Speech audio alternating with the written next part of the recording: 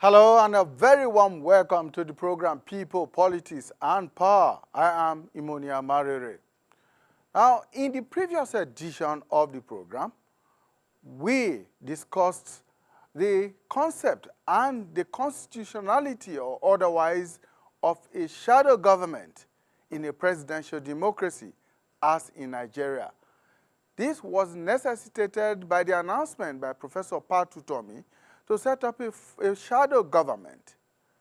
Now, there have been varied reactions to that announcement from different quarters, both from, for and against, including from government and legal practitioners. But perhaps the most profound and swift so far has come from the Department of State Security, which took the legal option by dragging the promoters of the shadow government before a law court.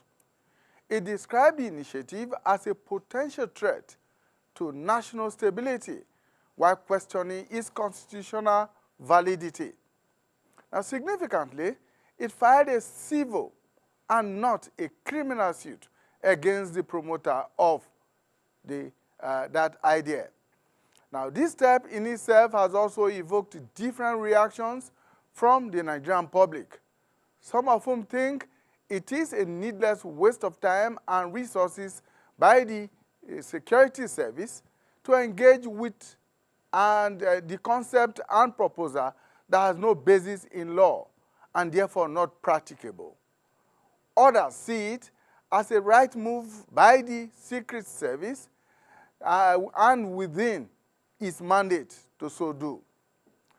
But one of our guest analysts on our program, that's our last program, noted that the Security Service may, by default, be giving oxygen to the shadow government proposal by taking the matter before a law court. He argued that the idea of a shadow government is needless and futile, as individuals and civil society groups are already engaging with the government on policy and programmatic issues of governance. Now, on the program today, we shall engage with a legal practitioner, a senior legal practitioner, on the constitutionality of the shadow government initiative and the legal action being taken to challenge the setting up of some people have described as a rival government structure. That will be our focus on the program today, and I'm joined in the studio by Mr. Adeboro Adamson, who is a senior advocate of Nigeria. When we return from this short break, we will go straight into our discussion. Stay with us. Nigeria of our dream. The Nigeria we need is the united, indissoluble, and cohesive Nigeria, which guarantees equity, fairness, justice, and prosperity for its citizens. That is our focus on people, politics, and power. It is fresh, insightful, impactful. It's a must-watch. People, politics, and power on AIT. Thank you so much for staying with us. My guest is Mr. Adeboro Adamson, a senior advocate of Nigeria. Thank you so much for finding time to join us. My pleasure. Right, so let's begin from the basics. From a constitutional point of view, the 1999 Constitution specifically, which is our ground norm in Nigeria, does it permit the formation of a shadow government? Well, absolutely. There is no provision in the 1999 Constitution as regards shadow cabinet or shadow government or parallel government, whichever way you may choose to describe it. If you look at the section 1, subsection 2 of the 1999 Constitution, it's clear and explicit as to who can govern Nigeria and the method in which you can govern Nigeria or any part of Nigeria. In other words, Nigeria can only be governed by a democratically elected government. So anything short of this is an aberration, is utter variance, the provision of the Constitution. So how do you react to those who say the Constitution does not say explicitly that there should be a shadow government and does not so forbid it? Well, the first thing you need to know is that we practice constitutional democracy. In other words, every action to be undertaken by anybody must be in accordance with the provisions of the Constitution. Now, as it were, sir, we all know that we've practiced federalism in Nigeria, and we are not practicing any other form of government. So the idea of the shadow cabinet, even though it's practiced in many states in the world, for instance, United Kingdom, in Canada, New Zealand, even in Australia, clearly their laws permit it. But within the concept of the Nigerian law, under our jurisprudence, that concept is alien in practice and what about form? Whether by convention, whether by constitutional provision, it is not there. Clearly, it is not there. And you cannot import what is not in the Constitution. So, it's not there, sir.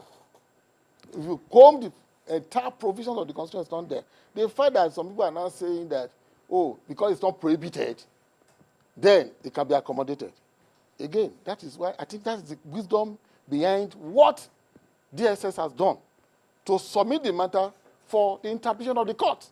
So let's allow the court to interpret it, to situate the action of the river prof to the provision of the Constitution. If it is permitted, then the law will have its course.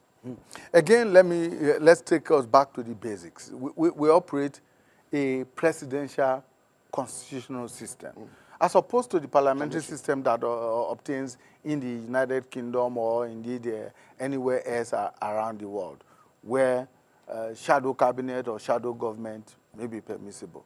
But in a presidential system, can a shadow cabinet or a shadow government exist outside the confines of the governmental structures that are there? Say, for instance, outside the parliament, the National Assembly, for instance, or indeed outside of the existing registered political parties who may, from time to time, put forward their ideas about governance. You see, a government without constructive criticism cannot thrive. So democracy, at the end of the day, will crash. Criticism is allowed, but your criticism is limited in accordance to the level permitted by the law. You see, you have a right of assembly. You have freedom to expression. But those freedoms are not absolute. Now, when you begin to roll out words or actions that are in contravention of the provision of the Constitution, now it appears that the appropriate authority can take action against you. Now, let's situate it to what is happening here. We have agreed, by virtue of the provision of the Constitution, that nobody can govern Nigeria or any part except by virtue or in compliance with the provisions of the Constitution. So if you have that as the background, now, can anybody now say, I want to form a parallel government? Would that not amount to a crime or a contravention of the law? Those are the issues that DSS has deemed fit to submit to the court. That, look, court, interpret for us whether this action is in line with the provision of the Constitution. So we should allow the law to take its course. Like some people have noted, like my guest in the previous edition noted, that this whole thing, this whole shadow cabinet is an exercise in futility, given the fact that the promoters of that idea do not have control of any government apparatus and all of that. And that it might just be a waste of time trying to maybe bandy words with them or indeed dragging them before the law courts. I beg to differ. Now, first of all, you have to look at the implications of the pronouncement on the national security or the internal security of Nigeria. Now, look at it. Who is saddled with responsibility for this internal security of Nigeria? It's DSS.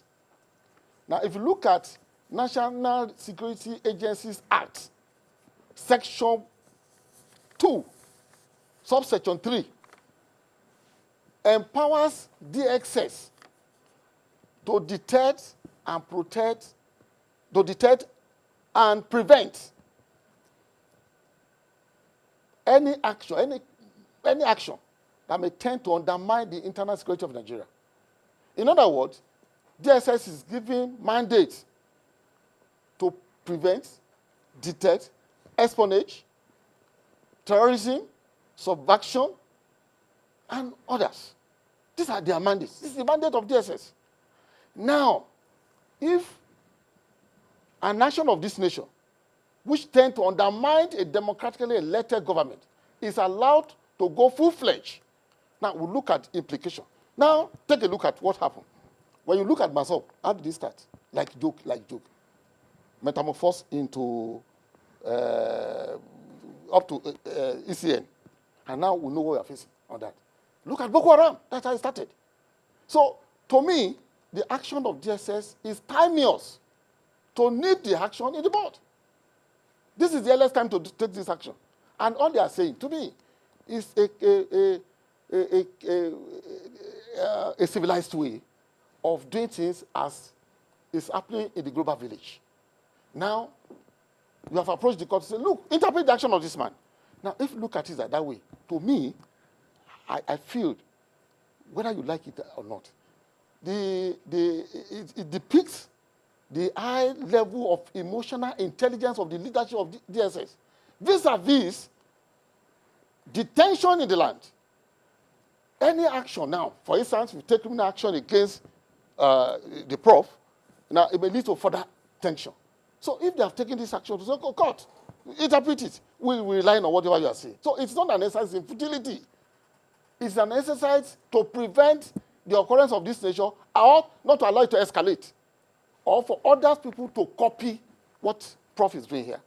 No, it can lead to anarchy. The reference to exercise in futility is in the formation or in the announcement, the pronouncement of a shadow cabinet, and that it's not viable. You don't take, so it's a futile exercise. You don't take anything for granted.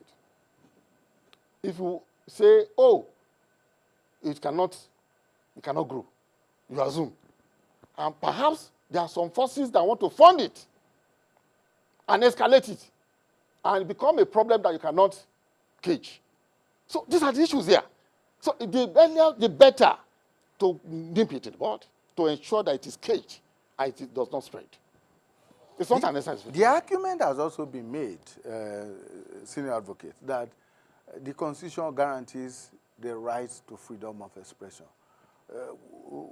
Does this fall under that protective cover of the right to freedom of expression? And would it mean, or would it be interpreted to me that the government is trying to stifle individual freedoms of expression? Now, from the beginning, I've stated here that the freedom of expression is guaranteed under the Constitution, 1999 Constitution of the Federal Republic of Nigeria. However, no right is absolute. It has limitations. Where your expression is reckless and could cause chaos or cause internal insecurity, then the appropriate authority has power or is empowered to ensure that that person is culpable. Now, even though the river prof has the right of expression or freedom of expression, there is a limitation to that. So where his expression would tend to undermine the internal security of Nigeria, then the body that is saddled with that responsibility has the responsibility to take over.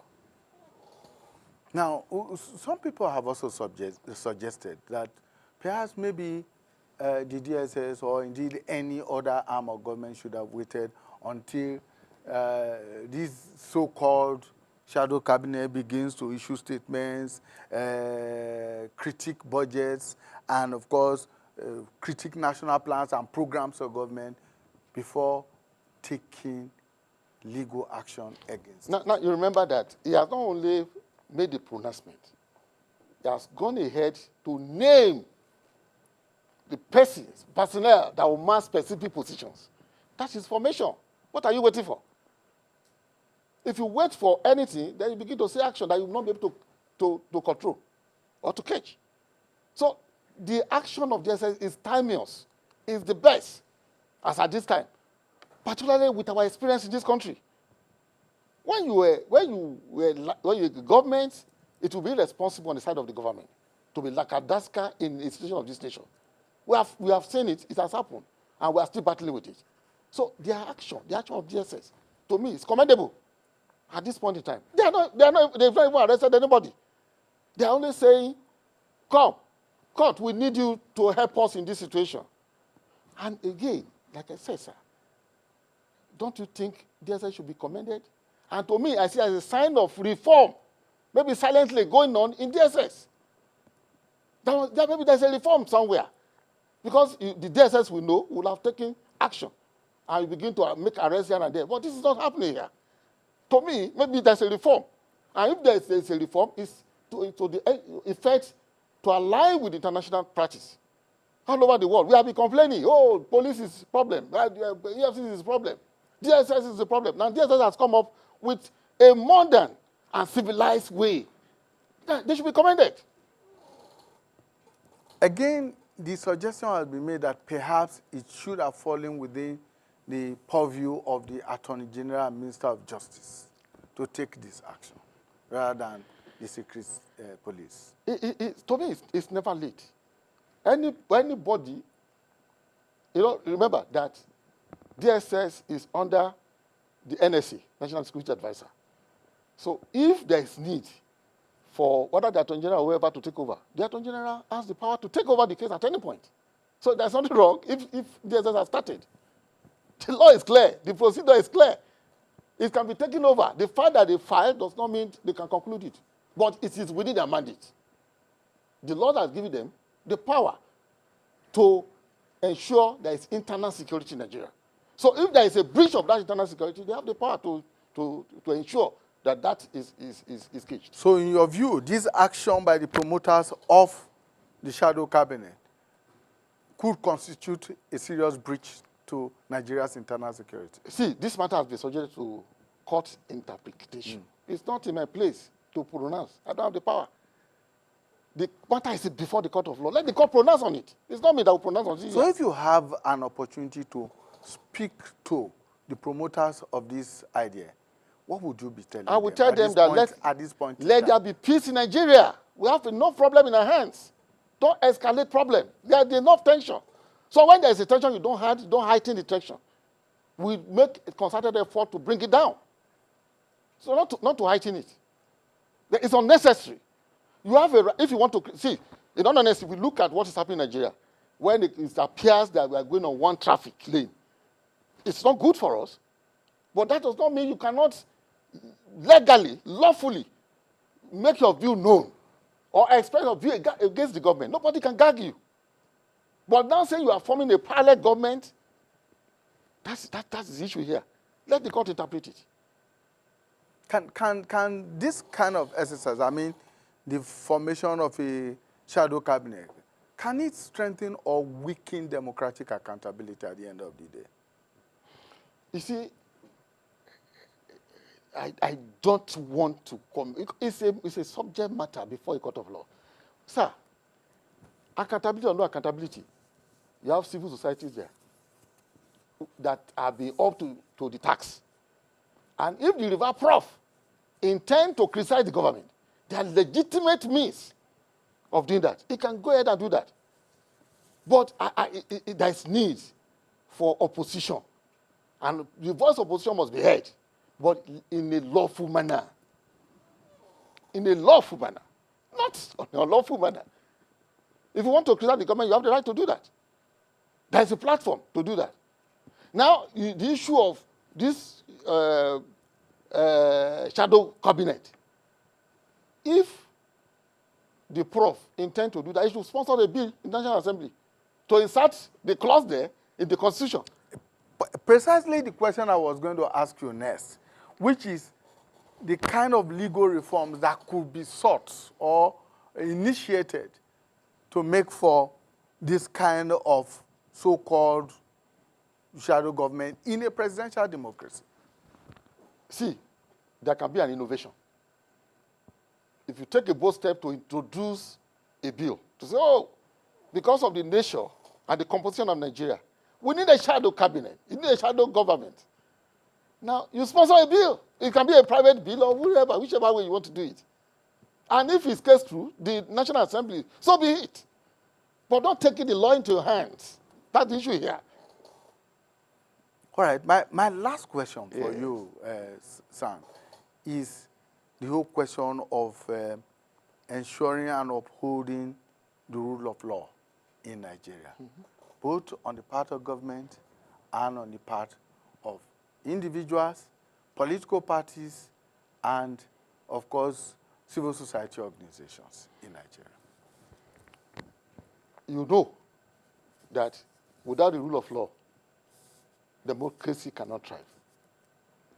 And I want you to know, sir, that we have to check our moral value. Nigeria is the concern of everybody, from the household to even to the federal government. Once we can get it right, that we need to work on our moral value, things will begin to fall in place. You don't live in the hands of government alone.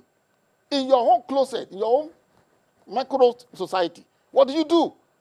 What effect do you make? How do you address the moral value that is going down, or in fact, that has crashed in Nigeria? When you have a moral value, you do things rightly. You don't need to be compared. So it is the concern of everybody, whether government, institutions, NGOs, or at the individual level. We have that joint responsibility. We need a concerted effort to make Nigeria great again. Nigeria, I tell you, sir, can be great again. What is the legal profession doing in this regard?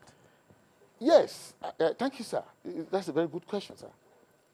You see, judiciary has a pivotal role to play in making Nigeria great. We all know we cannot pretend about it. There's a problem with the judiciary.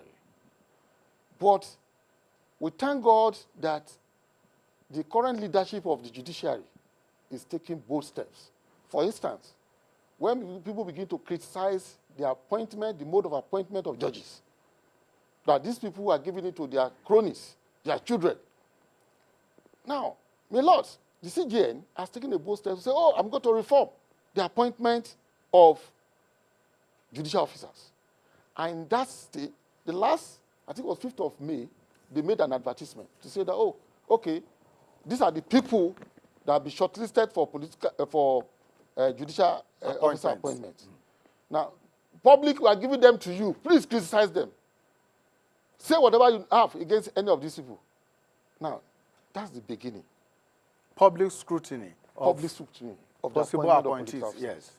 So, if you have identified a particular person that's bad character or that don't fit out proper for that position, as a public person, you can write. You know, but again, a fear has been expressed that are we sure that you will not batch vendetta, that people will not go and file fictitious petitions? My answer is straightforward. Now, the people who man those positions, who are screening these people, who will take those petitions, are people of wisdom. They will vet the petition and can easily detect whether this one, by the content of the petition, to know whether this one is genuine or is born out of a data. So if we begin to reform in different strata of society, we will get there. We surely get there. Thank you so much. Mr. Deborah Adamson, a senior advocate of Nigeria, has been my guest on the program this Friday. Thank you so much for your time. Thank you, sir. Welcome. Thank you, sir. We'll go on a short break, and when we return, we'll be taking on our next issue. Stay with us. The Nigeria we need is the united, indissoluble, and cohesive Nigeria, which guarantees equity, fairness, justice, and prosperity for its citizens. That is our focus on people, politics, and power. It is fresh, insightful, impactful. It's a must-watch. People, politics, and power on The Nigeria of our dream, the Nigeria we need, is the united, indissoluble, and cohesive Nigeria which guarantees equity, fairness, justice, and prosperity for its citizens. That is our focus on people, politics, and power. It is fresh, insightful, impactful. It's a must-watch. People, politics, and power on AIT. The Nigeria of our dream, the Nigeria we need, is the united, indissoluble, and cohesive Nigeria which guarantees equity, fairness, justice, and prosperity for its citizens. That is our focus on people, politics, and power. It is fresh, insightful, impactful. It's a must-watch. People, politics, and power on AIT. Thank you so much for staying with us, people, power and politics. And of course, we're moving on to our second discussion for the day. And we're looking at the issue of compulsory voting bill, which is pending before Nigeria's House of Representatives. This second discussion, we shall take another look at the pending bill in the National Assembly, which seeks to make voting in elections compulsory and mandatory for eligible Nigerians. The bill also seeks to prescribe a 6-month jail term as punishment for failure to vote on an election day.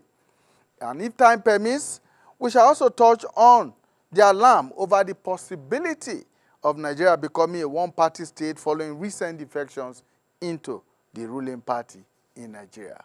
My guest is, of course, a civil society activist and democratic reforms advocate, Mr. Ezenwa Nwagu. Mr. Ezenwa Nwagu is the Executive Director, Peering Advocacy and Advancement Center in Africa, PACA. Thank you so much for joining us. Great. Welcome. So, how did you receive the news of a bill before Nigeria's National Assembly, particularly the House of Reps, seeking to make voting compulsory and mandatory for eligible voters in Nigeria? Well, what's surprising is that that bill is actually being promoted by the Right Honorable Speaker, Tajibin Abbas, PhD. And I'm very surprised that he would be interested in such a distraction.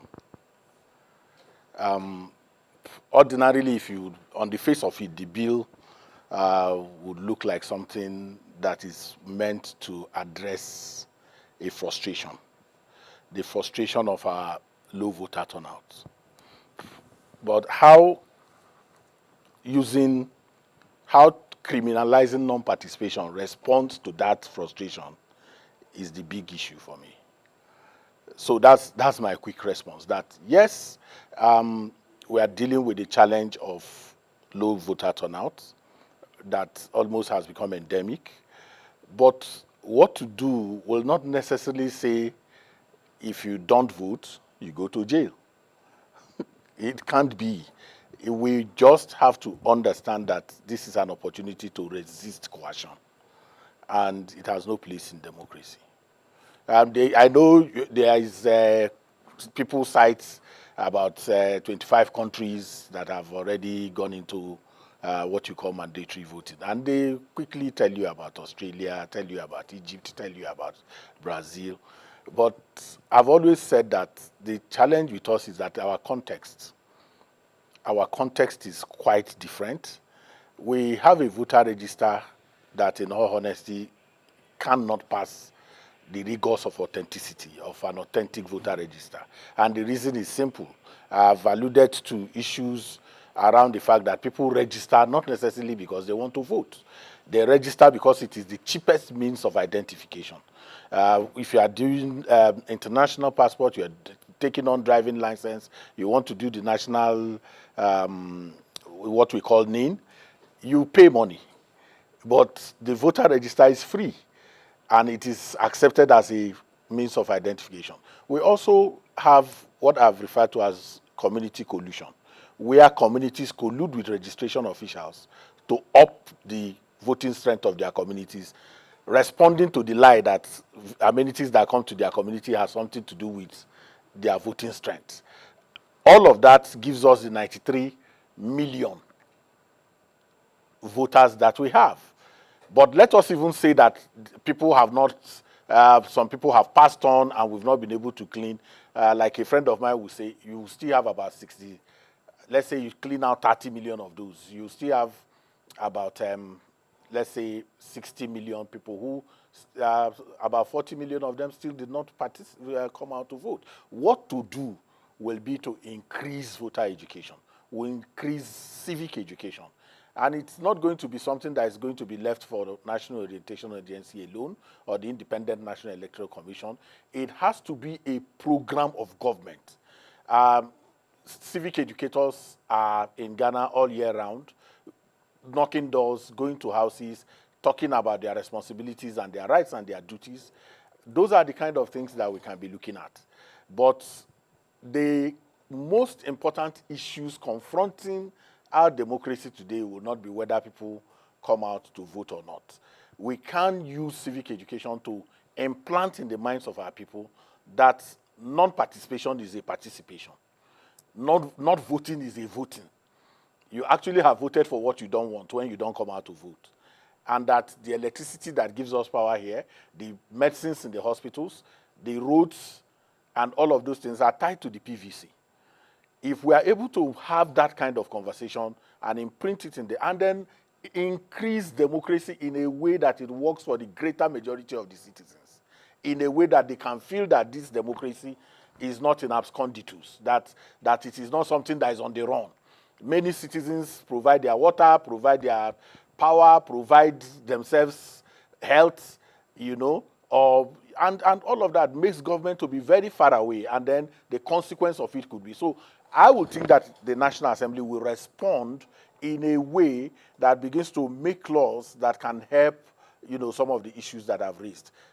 Particularly will be, how do you punish those who subvert, you know, those who subvert the electoral process in a way through violence, through voter suppression, through intimidation, you know, and through sometimes even buying up, vote buying electoral officials, including during, what do you call it now, including the primaries of the political parties, where we have seen most of those party primaries dollarized. We should be able to make laws that can make those things consequential, that if you behave, so you have the Electoral Offences Act bill that is in the National Assembly. It's been there for 17 years. And that law has not been passed by this National Assembly. So when criminalizing, you know, participation becomes the issue, what do you do with you know, sunshine laws like that Electoral Offences bill? There are issues around, for me, the by-elections that have become a constant, you know, denominator of our elections. That if a senator, you know, passes, most likely the person in the House of Rep wants to come to Senate and then opens up a vacancy, and then the vacancy keeps going, and then you have interminable periods of, you know, election in the country. Those are some of the things that we can think. We can think about what do we do with people like you not voting because you are on election duty. You are here in the studio most of the time during elections. You know, servicemen, early voting, servicemen, you know, medical personnel, our armed forces personnel, security officials who don't vote, civil society people who are observing elections do not participate in voting. What are we going to do about those kind of things? So this, for me, in simple language, is distraction. What you are advocating is that, look, rather than adopt the strategy of compulsion, it should be of persuasion. Persuade the eligible voters to come out on election day and vote. Invest, put money in voter education. Put money in civic education. Empower the institutions of state and non-state actors who can help do that. I've shouted myself hoarse. Scratch the budgets of the institutions that should be doing this and see what we give to them for voter education. I mean, for civic education. There is an institution in Nigeria, once you say civic education, everybody calls NOA. And then nobody goes back to say, How much does NOA have to do this task? It is NOA that will do polio, that will do election, that will do any kind of, public education. But the thinking, the elite of our country have no interest in investing in that civic education. So that is why you see always, all the time, the response is to throw laws at the challenge, every challenge that you have. So if people don't participate, what you can do is send them to jail, But that would be a very oppressive law, and we should not allow that kind of law to stand in in Nigeria's 21st century. Your election cannot be better than your infrastructure. It's important to always put that out. No matter how good the plans for your election, your infrastructure, if people have to shut down completely on election day because of fear of violence, fear of looting their shops, fear of burning their things, you cannot criminalize election in a situation in which the same politicians are the ones unleashing thugs, unleashing violence, unleashing terror on the people who are coming to exercise their civic rights. So if you then say, oh, if I don't participate, when you have created a siege mentality around the voting corridor, then there's a challenge. There's a challenge in that, really. Now, over the years, we have been enlightened to believe that voting is a civic duty of every Nigerian who is eligible to vote. Now, how does that duty, that civic responsibility of the individual Nigerian, pan out with their refusal or their failure to turn out on election days? The challenge is to even define this, whether it's a duty or a right. The complexity of that conversation is academic. But the big issue is, why are people not turning out to vote? You can interrogate it in so many ways. You can talk about the nature of our politics. You can talk about the perception of, how our politics is going, and all of those things can become reasons why people are not. Why do you have to criminalize that? That would be the better question, rather than to look at it from right or duty. Whether it is a duty or right, the government has a corresponding obligation to its citizens, corresponding obligations that can elicit duty. Those obligations, have they, in all honesty, been met? You understand? In terms of the enabling condition that can then make you compel people to come out. Even in the countries that they are citing, it's not been nobody has effectively implemented, mandatory voting. It is still something that is being worked. But the challenge is that, one, you have poor law and order regime, in terms of consequence management. So are you just going to make a law because it suits you? Then when you want to punish the poor, then you evoke that law, and then use it to criminalize their non-participation. We should be facing our government obligations. What are you supposed to do that can excite your citizens to be more interested in government, in what government is doing? And it's not just about election. Government is taciturn. Government operates in opacity. In this, how much is brought to it in terms of really civic education to AIT, that to promote. I'm not just talking about when you are showing that you did boreholes. Those are not civic education. You tarred 3 kilometers of road. Anybody does that. Democracy is not just about dividends, good governance, as people try to say. There are intrinsic values, the intrinsic values of freedom. Who promotes that? What is the investment in promoting freedom? We have so conceptualized democracy in a way that people see it just in terms of bread and butter. But the truth is that if this studio is closed now and we don't have access to go out here, even if you put everything that we need inside this studio, the desire to go out becomes the most important thing. And so those intrinsic values of society, of democracy, is what criminalizing this does. It hinges on freedom. And freedom is intrinsic, and it cannot be given. It is something that we should, have. And it is something that you, Imoni Amarere, fought for. We did not fight for dividends of democracy. People make that mistake. We didn't fight for bridges. We didn't fight for hospitals. What we fought for was freedom. That was why we engaged our youth to remove the military. The military were building bridges. They were building hospitals. They were, in fact, the best. The third mainland bridge, most of what you have in Abuja is actually built by the military. So, but that was not what we fought. We fought freedom, the right to choose, the right to determine what we will do with our lives. And nobody in the National Assembly has a right to legislate participation. It must be through persuasion. It must be through engagement that promotes freedom and the values of it. Okay. Comrade, let's quickly delve into the next issue, which has to do with the possibility of a one-party state. Since the movement of politicians from one party to the other, and of course the ruling party has been the major beneficiary, there has been this alarm, oh, Nigeria is going to go the way of a one-party state. Do you see that happening? Well, that's these things are, you know, I've always told you that the politicians are always helping us to set agenda. And when they set that agenda, nobody bothers to interrogate it. We all now begin to rehash. And how do you see 2023 election presented us the most diversified National Assembly, for instance, since the return to democracy in 1999. You have close to about 49% of the current National Assembly is opposition.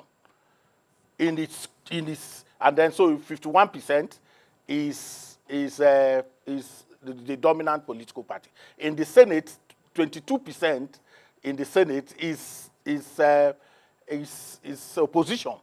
So if you have 149 people in the House of Representatives who are supposed to be opposition members, how then can you, in all honesty, you know, be talking about one-party state? I think it's part of those diversions that the challenge with the elite of this country is that when most of the people who are in opposition today were in position, and everything they complained about, or they are currently complaining about, they visited it on the country when they were in position. If you are talking about constricting the space, they were the ones who came on television. One of the people who is the loudest today about, you know, one-party state was the one who said that what should they be doing as government? Should they allow opposition to rest? It's their work not to destabilize opposition. He said it on national television while he was in position. Today, he's been out of power, and many of them are out of power. What they were cooking has matured now. It is being served on them, and they now want to reset an agenda. And I think we should reject all of those things. What we need to do is to focus on the processes. Do we have periodic elections? If we are going to have periodic elections, what should the opposition be doing? Opposition should be doing everything to make sure that they are not destabilized by the position party, and they should be doing everything to make sure that they take power from the position party. And everything legitimate. Everything legitimate. But the nature of the elite of the country is that, for instance, if the dominant is, because we like the weak. We are people who support the weak. Once it is the weak, even when the weak is criminal, we don't want to look at their crime. We focus on the powerful and the big. But the big challenge is that the nature, character, complexion of the elite of the country are the same, because very many of them have actually been moving from one party to the other. And they quickly cite Ghana, comrade. They will tell you, for instance, the man who is in NDC, the president who came from NDC, has never left his party. Nana Akufo never left MPP. The people of Ghana don't vote the other party. They withdraw. Instead of voting for the other party, they won't come out. The Ashanti region is supposed to be the biggest poll vault in Ghana, and that's where Nana comes from. But that was where you had the lowest turnout in the last election. But they did not vote for the other party. They simply stayed away. The elite of our country have no interest in growing opposition. It is opportunism, the highest level of opportunism. And what they do is, once you cannot, because the parties are special purpose vehicles in their own thinking. So once this party does not give me the opportunity to contest election, I move to another one. How do you grow those things I call the intrinsic values of this, the capacity to put opposition in a way that it can hold the leg of the position, party on fire? Nobody is deceived by the drama. You just left this one the other day. Now you have become super. And then everything you did, there is nothing any of them did that is history. What they have done is current affairs. We all saw them in the last 16 years. We have all been here in the last 25 years. God has preserved our lives. So nobody is introducing any new thing to us. We know you. The things you criticize today, you had many years to build a foundation, that cannot be erased. But today they are coming out to be saying, the dominant political party is opposing them. What did you do in 16 years? Did you allow opposition to fester? Did you allow that to thrive? You dominated everywhere. So even when we now have what looks like a veneer of opening for opposition, at least in the National Assembly, it is not our fault that they decide to be more position than opposition. So, would you interpret what is happening in the political arena now? Coalitions and formation or attempt at formation of new political camps or new political parties ahead of 2027 as simply an attempt at grabbing power for the sake of power. But there is no other way now. No other way. You can look at it in any way. There is no other interpretation. It is about power, and they are not making any. They are not disguising it. It is about power. But what you then look at is to say, this man who wants this power, in what way is he different from the position in terms of his economic policy? These people, all of them round, are agents of the IMF and the World Bank. They want to remove, they have sworn to commercialize everything. They have sworn to privatize everything. All of them, no one is saying we are going to be autonomous in our economic thinking. We are going to look inwards. Everybody is reading the same textbook, So if you are not different in terms of how you want to run the country, in terms of how you want to position the country, what you are saying is simply that, look, it is my turn. And nobody is your right to want to do that, but tell us how you are going to be different. And what is exciting for me is that there is no new kid on the block. No new kid on the block. We've seen everybody. If we didn't see you as minister, we saw you as governor. If we didn't see you as governor, we have seen you as a chairman of a board. So, no new kid on the board. If you had somebody who had no baggages, and those ones are coming out, speaking, bringing alternatives, but we're not paying attention to them. The ones who are saying there is something new we can bring to the table. It is not in our nature to pay attention to those ones. We are paying attention to the people who collectively and severally have plunged the country where it is today and now pretending to be the ones that will come and solve the problem. They create the problem and pretend to want to solve it. And that is what is funny for me in the coalition conversation. Until we come to that point where we sit down and say, look, perhaps we have gone on the road of privatization. We have gone on the road of this commercialization. We have taken this IMF World Bank pill sufficiently enough. How can we have a rethink or a reimagination of our country in a way that works for the greater majority of our people? That then is when a coalition can be important. But for now, it is a special purpose vehicle. What is the conversation? So do we form a new party or do we take one, existing one, to do what? What do you want to do with it? Why have you not done that in the last 5 years? Why are you doing it on the eve to 2027? Which clearly then defines that all you want is power. And in wanting that power, what is the narrative? What is the language? The language will be, and one of them said it, that when they were in opposition against Jonathan, that even if Jonathan did everything right, that it was their own to say it was the worst of everything. They said it. So in their definition is not to build the country, is to, cast the other one in bad light so that they can come and not change anything fundamentally. It is not as if they are going to remove tuition fees from the universities. It is not as if they are going to invest in public education. It is not as if our hospitals will become one that will not be privatized and concessioned out the way they have all concessioned it out from Obasanjo to today. No public hospital is available for the people, the poor of this country. So when you look at it, you know that the conversation is about power. Do they have a right to chase power? They have a right to do so. But do they have a right to deceive the Nigerian people? No. We should be wiser and ask more deeper questions of, yes, we are seeing you want to take power, but can you, in all honesty, tell us what you're going to do with it differently? Because 8 years ago, I mean, you had opportunity to be governor for 8 years. Do we have any Dubai in any country, in any state in Nigeria, on the virtue of some of the characters today who are parading to want to become leaders? So they have examples, but they can't point to those examples because what they now point to is the man who is there. If I were going to be running office, I'll be talking about my antecedents. If I talk about education, I will say I gave free education to this so and so up to university, and this is what it produced. The hospitals in my state were free, medicines were free. Those are the kind of conversations I'll be having. I will not take too much time in talking about Egypt, in talking about Canada, in talking about, I'll be talking about what I did, because none of them, not one, is any new kid on the block. The flip side is the endorsement that was given to the president by the ruling party just a few days ago.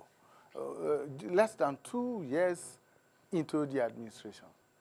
This is the kind of impunity that we see in our politics. The law is very clear that campaigns should start 150 days to the election. That's what the intendment of that law is about. But the weaknesses and the twists and the tricky nature of that law is what they are exploiting. And it's not just the dominant party alone. Because these other ones are also going about saying they are going to send this one back. It's campaign. You know, you go for naming ceremonies, you are going for weddings, you are going for burials, you know. Birthday parties. Birthday parties. And all you say in those places is about how you want to change things. So it's campaign. It's impunity. It is not that they don't know. But because there are no consequences for this impunity, and it is so because the drafters of the law made it so, because they are also the people who exploit it, you know, in the true sense of it. So it's about impunity. It's about the recklessness that we see by our dominant political elite not to want to obey the rules that they make for themselves. All right, let's leave it at that, Comrade. Comrade Ezewanwagu, Executive Director, Peering Advocacy and Advancement Center in Africa. He is a civil society activist and a democratic reforms advocate. Thank you so much. Thank you for having me. Welcome. Thank you so very much. All right, that's our program for today. Please join us again when we bring you a fresh edition of People, Politics, and Power. Bye for now.